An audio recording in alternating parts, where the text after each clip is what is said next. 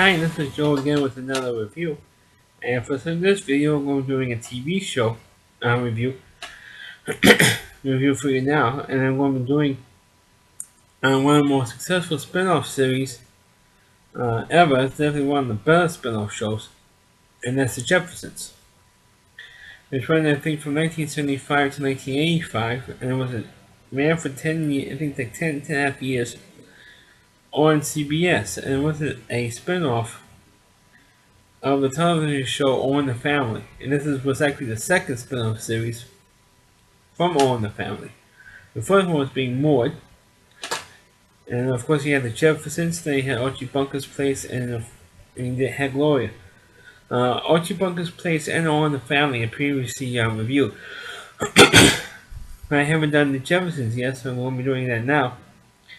Because the Jeffersons was, like I said before, definitely the best one of the three spin-off shows that came out on the Family. Because the Jeffersons, every time when the Jeffersons were on the Family, they always had a popular, got a big, huge reaction when they were on television, on an episode of All in the Family. So they decided after a couple of years, banter between the Jeffersons and Bunkers, they decided to give the Norman Lear, who was creator of All in the Family, decided to give them their own show on their own. And of course, you don't know who the premise of the Jeffersons is sort of Sherman Hemsley, Isabel Sanford, Mike Evans, Belinda Talbot, Zara Curley originally as George Jefferson's mother, who I think eventually passed away during the course of the show. Excuse me. Then of course you have Paul Benedict as the wacky neighbor, Mr. Bentley, and you also have Franklin Carver and Roxy Walker as the Willises, and they were the first interracial couple on television. And of course, and Belinda Talbot played their daughter Jenny, and then eventually, for a few times, they also had a son on the show, or the Willises did. And of course, being mixed race, they had one kid who was black, all black on the outside. They played Belinda Talbot, and the other kid being white, and the son being white. But the show itself was definitely one of the better shows, and the reason why the George Jefferson character was even created was Norman Lear felt that they should have a black Archie Bunker. And that's what George Jefferson was a black Archie Bunker. But the only difference between the two is to try and make George not as much of a racist as Archie was. Of course, anybody who ever watched All in the Family knows that Archie said stuff knowing about blacks, calling some of them ace of spades, or black is the ace of spades, and he would say stuff about Hispanics, about Chinese people, Japanese people, and Japs, Chinks, and that type of stuff. He would also say stuff about Jews as well, Archie. Jews, Irish, Germans, Italians, Russians, you name it, he picked on. But in the case of George Jefferson, the only racial comments that ever came out of his mouth were he would call a white person a honky, or because of the Willises, they call him a zebra, or Jenny a zebra because she's half black and half white. I don't think in reality she's from interracial parents, or the actress played the part from interracial parents, but on the television show she was, and Sherman Hemsley would call Jenny a zebra. And sometimes he would say a honky donkey and stuff, hockey comments. He constantly used the word hockey, but he never used any other racial epithets. He didn't use any stuff against Hispanics or Asians or Jews or just against whites in general. So Norman Lear is trying to prove that blacks are just as bad as whites and not as racial, or not as racist as Archie Bunker was created on the show. Even though both characters are both exaggerated characters, but they're trying to prove that blacks are better than whites, but not making George Jefferson as racist or as bigoted as Archie Bunker was. His only whites could be bigoted, or as an over the top bigot, like Archie Bunker was. But as the show itself, I thought that the show, despite George Jefferson calling everybody a hockey, I still think it was a pretty damn good show. And I think one turning point of the show was the fact that when they hired Marla Gibbs to play Jefferson's May Florence, because they gave a real good comic. I guess after a while, I got kind of tired of all the hockey stuff, which did get toned down later on in the series when George he still once in a while use the hockey thing. But after a couple of years, I guess the writers got tired of it, and they got tired of all the racial stuff, so they toned that down quite a bit. Um, but with Florence, at least he had a good comic foil because Florence pretty much gave it to everybody, but mostly to George. Um, but there are a couple of episodes that I want to pick out as my favorites, and ones that stuck out in my mind more than anything else. The first episode was actually a two-part episode. I don't remember exactly if it was a full hour show or not. I don't remember if it is a full 1 hour show, but I always remember it's a two-parter. It was a Halloween themed episode with a killer rabbit. I know it sounds silly, but it was a bit with Bentley, the neighbor, playing with Paul Benedict, wanted to watch or observe the dog store from the Jeffersons' balcony because he couldn't, from the angle of his balcony, he couldn't see it. So Bentley set up the telescope on the balcony, and Florence goes out there to check out to see what George is looking at. It was a girl naked, exercising naked or something. And George pushes the telescope so Louise wouldn't see that. And she ended up seeing a guy getting killed by a rabbit. Or a guy dressed up as a rabbit with holding glasses and carrot and all that stuff. And of course, in the second episode is when the rabbit tracks him down, or the guy dressed up as a rabbit tracks him down and holds Louise hostage and all that. And I thought it was a pretty good episode, but it was kind of a creepy episode, the way how the first part ended. But kind of funny how the second one ended, because there was a police officer in the episode who was also dressed as a rabbit. So they made a comment, it was funny how one rabbit was dragging the other rabbit off to jail. But the highlight of the episode was when George, they're all dressed up on the cast of Jeffersons, they're all dressed up as old movie stars, like Florence was dressed up as one of the Marx Brothers. George was dressed up as Charlie Chaplin. The Willises were dressed up as Oliver, Hardy, Stan Low and Hardy. And of course, when George goes out on the board, he's dressed up as Charlie Chaplin, and it happens to be a white guy dressed up as Chaplin. So the two of them, George and this white guy, they kind of had like a little duel going on. See who was the better Chaplin, which it was kind of a fun scene. It was fun to watch that particular scene. These two guys, one white, one black, both dressed up as the same character, trying to do the best. Who was the better Charlie Chaplin impersonator? I thought it was great. Really terrific. Another episode that I thought was great was, and I believe this episode, Isabel Sanford, who played Louise or Wheezy, won an Emmy for. And there was an episode where the Jeffersons were getting new furniture for the apartment, new carpeting and new furniture, because the iconic furniture, I guess, was getting too old, or trying to spice up the series and putting new furniture in it. They had, and so they had instead of getting new furniture, Louise found out that the apartment building that she used to live in, the old house she used to live in, was being up in Harlem, was being torn down. So she goes to the house, and she somehow she got into the old building, and she was remembering in flashbacks some of the stuff that she did in the house, including what called the alarm.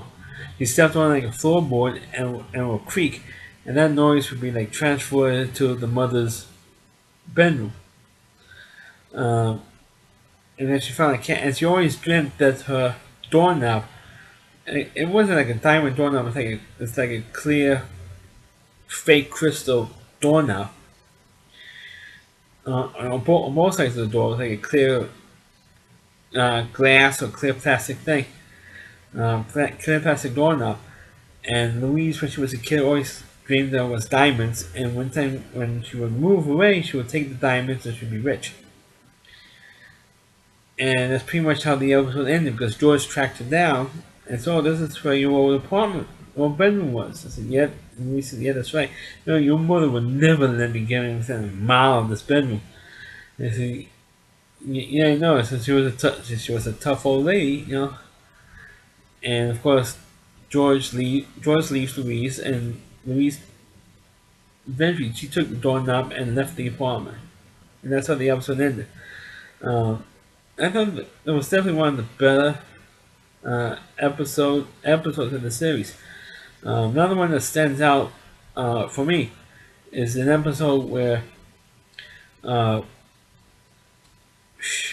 for a minute I forgot what the hell I was going to say.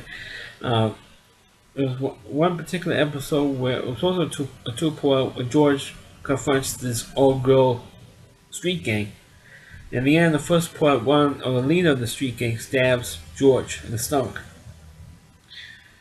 And when they had that scene, like all those episodes were filmed to the audience, and when the scene happened, it was the whole audience gasped at it. And of course, at the end of the second part, everything was pretty much settled at the end of the second part, or eventually. I don't want to give it away for those of you who never seen it. May want to look this up on YouTube or Netflix or wherever. One of the other episodes that also stands out was the day where George remembers how the day that he opened up his cleaning store, and it happened to be on the same date that Martin Luther King was killed, or Dr. Martin Luther King Jr. was killed. So you had the scene where George found out they were in the store, and somebody threw like a rock or a brick through the window, and George goes and says, "Hey, what are you doing? This private property." And said, "Man, they killed him." So, "What are you talking about?" I said, "Dr. Martin Luther King, they killed him, man." And George says, "Oh, they killed him?" I said, "Those bastards!" And he picks up a chair and throws it out the window. Which was a pretty emotional scene there. And well, one episode I remember where Jenny and Lionel, when Jenny gives birth, it was also to a Porter.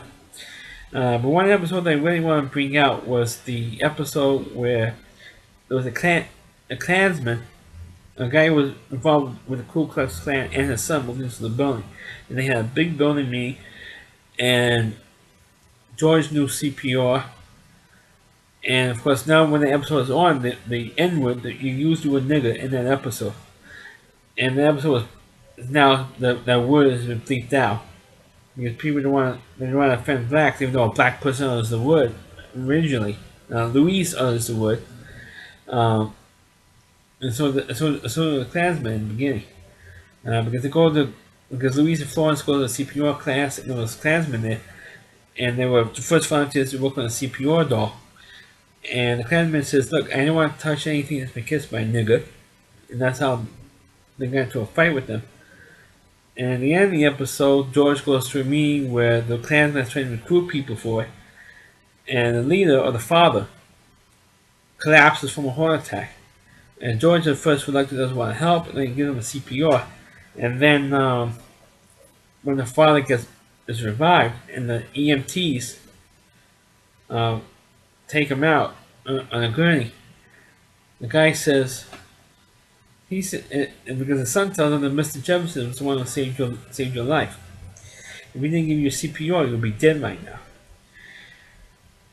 And the Klansman looks over what George was saying with Bentley and Tom Willis. He goes, "He saved my life?" And the son says, "Yeah." And Bentley says, nods his head yes. And the son says, "He did that." And the Klansman says to him with a straight face, he turns his head back, "You should have let me die." And I always went, "Whoa," like that, and they just wheeled the guy out. And George says, "See, See that? They saved their life, but they still won't change their attitude. I mean, they saved the guy's life, and he still hates me because I'm black. Let's get out of here. And say, even though he saved his life, he's still not going to change his racial attitude even though I saved his life. So let's get out of here. So they end up leaving. And in the end of the episode, the Klansman's son looks like he changed his racial attitude because he did thank George for saving his father's life in spite of everything. At least the son thanked him for saving his father's life in spite of all the racial crap, between the Klansmen and blacks then.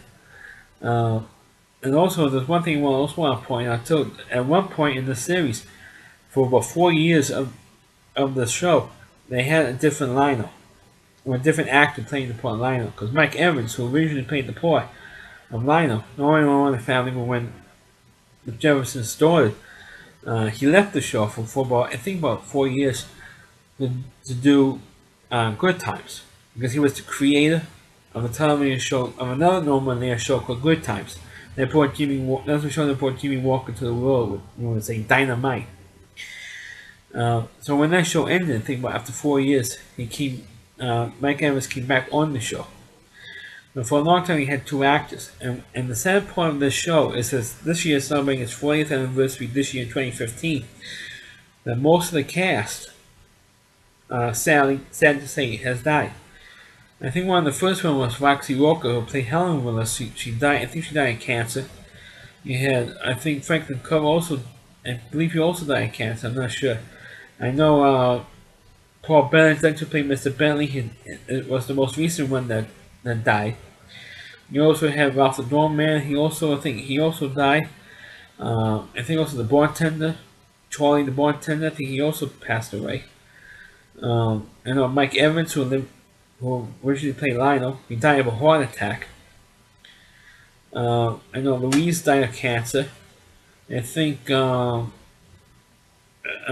George Sermon Henry. I think he might have also died of cancer or heart failure. So the only ones who are really still alive from the show. I mean, this show is not 60 years old. This show is not from the 1950s. This show is only 40 years old. And mostly cast is died. The only one who's still alive is Marla Gibbs, Brandon Tolbert, who played Jenny, and the second actor who played Lionel. I forgot his name. Those three, notably, are still alive.